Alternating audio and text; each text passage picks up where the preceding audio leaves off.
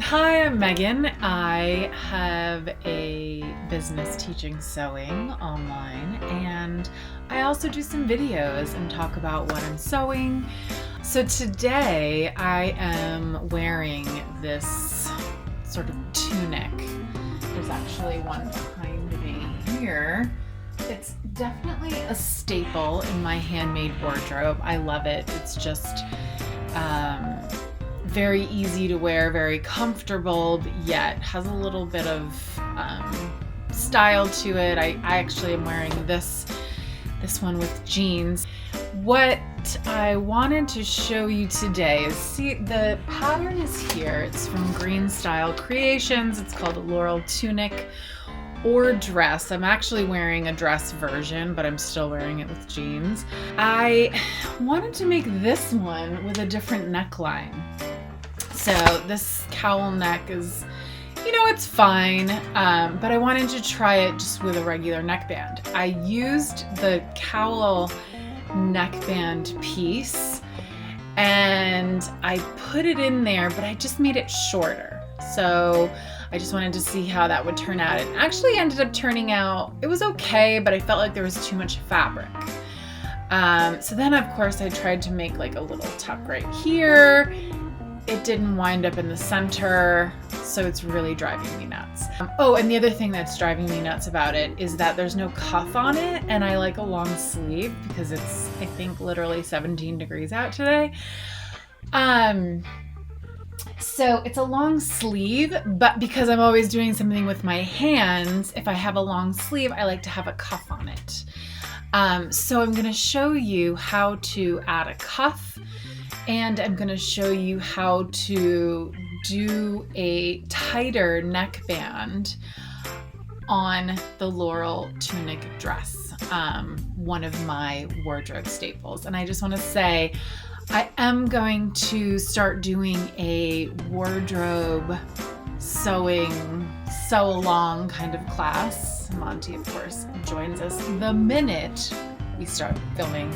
I'm going to start to do a wardrobe sewing class. I'm going to take all of my wardrobe staples and we're going to sew them together. So I will find the best patterns, the ones that are really satisfying to sew, the ones that take the complications out of sewing.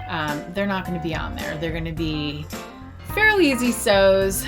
But the wardrobe staples, the things that I wear all of the time. So that's going to be Tuesday nights. It's going to start in March. So you can check the hipstitch.co website for all the details on that. But let's get into this tunic alteration situation. Here you have a better look at what's going on with this neckband. I think it would have been fine if there just wasn't maybe as much fabric. So like I said, I tried to take a little tuck here. Of course, it didn't wind up in the middle. And I'm being kind of lazy about the whole thing because I did serge the inside seam and then I top stitched it. And I am not about to rip that out. I just don't, I guess, care enough because I know I can put another neckband in. It'll be a little bit more, I guess, low cut because I'm going to cut this neckband out and then use another one, but not too bad. It's not too much. So here is what I'm going to do. I'm going to be carefully cutting out the neckband, but I want to do it like so that it's super close to this top stitching so it doesn't wind up. This is going to be a little funky because of the little tuck I put. Probably should have just taken that out, but again, I'm kind of being lazy about this whole thing. So as I'm cutting it, you can see that serge seam is going to be showing. And then I can actually just pick that little stitch out. So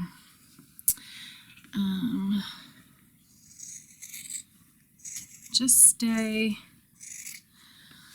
close to the top stitching, and then I'll go back and see, like this, you could just go back and cut it. There. So it's just going to go back to this raw edge opening like that.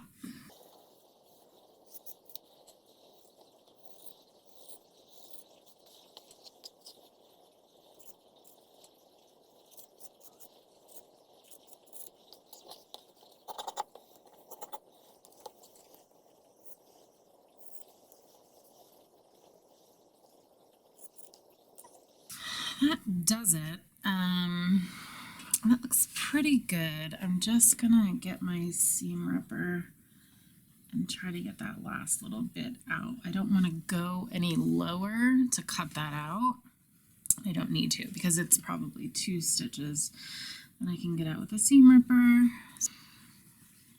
Okay, so while I'm cutting and doing this part of it, I'm going to...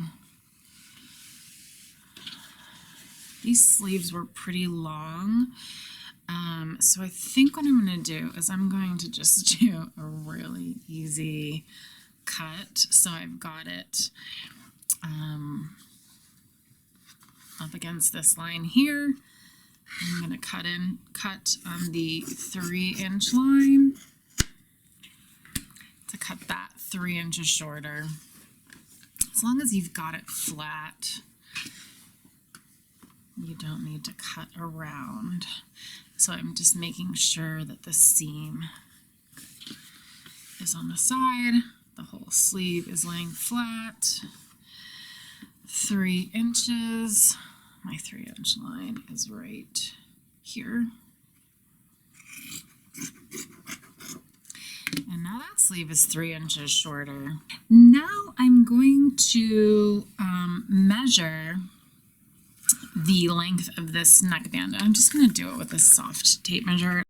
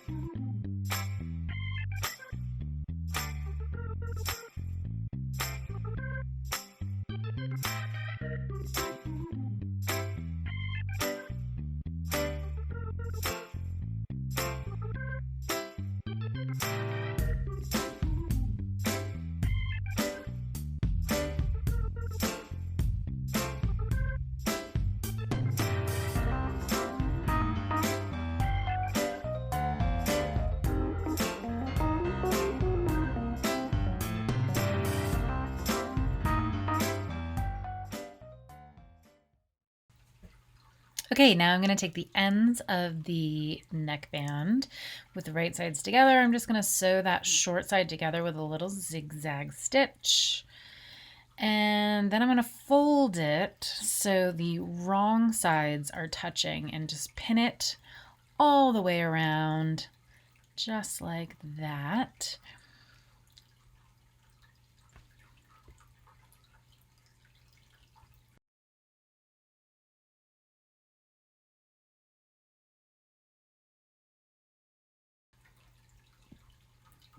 Before I sew it to the shirt, I'd like to just baste it all the way around with another zigzag stitch. You could just have the stitches be pretty big and close to the edge. This will just make it easier when you go to sew it into the neck hole of the shirt. Now put right sides together of the cuff so that it's still 7 inches tall. Stitch that with about a 1/2 inch seam allowance. Take it off, do the funky little fold thing so you double the cuffs with the wrong sides together, and then baste all the way around with a zigzag.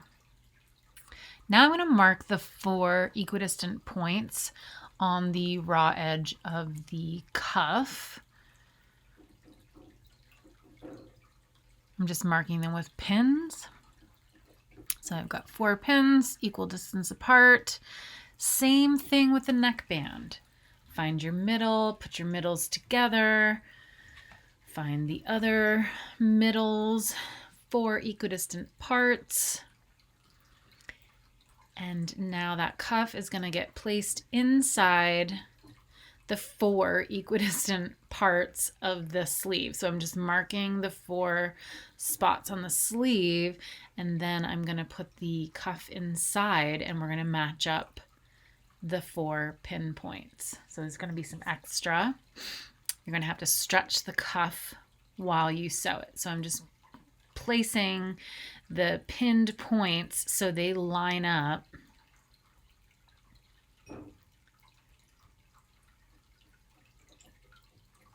And then I kind of squeezed the cuff onto the free arm of my sewing machine because we want it to actually stretch out, and that helps to stretch it out. My free arm is kind of the perfect size in this situation. If you know, there's a little bit of room, I'm just sort of stretching it.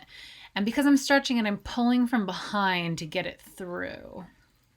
And now my cuff is on, and you can trim all of that seam allowance. So now you're marking the 4 points of the neck band. Don't trust that the shoulder seams are, don't use the shoulder seams as your points. You're going to find the front, find the back, put front and back together, and then you can find your left and right. You've got your 4 equidistant points, and you're going to line the raw edge of the band up so that all the pins match. And again, that band is going to be smaller than the neck hole. So you're going to have to stretch that a little bit while you sew it as well. And what I like to do is just add like 2 or 3 more pins in between each point and kind of stretch that neckband as I go. It's helpful for when you sew it.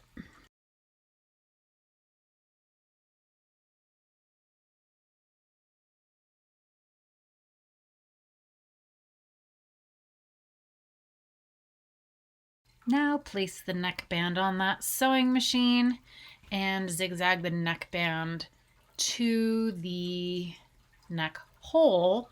Do it just to the left of where you basted that neckband so you don't wind up seeing the basting stitches when you're done. It'll make the band a little bit narrower, but I think that's okay. So I'm just sewing all the way around. I kind of stop and adjust every couple of inches to bring more of the top in front of me so I can slide it through the sewing machine.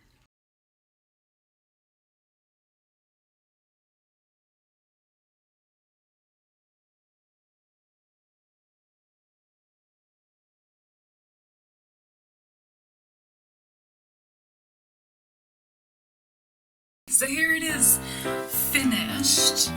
My neckline, not too scooping, still covers me up, and it's flat, it's not gaping. It's actually really flat in the back as well, which is nice. And I've got my cuffs, so they're tight to my wrists, so when I'm doing things, they're not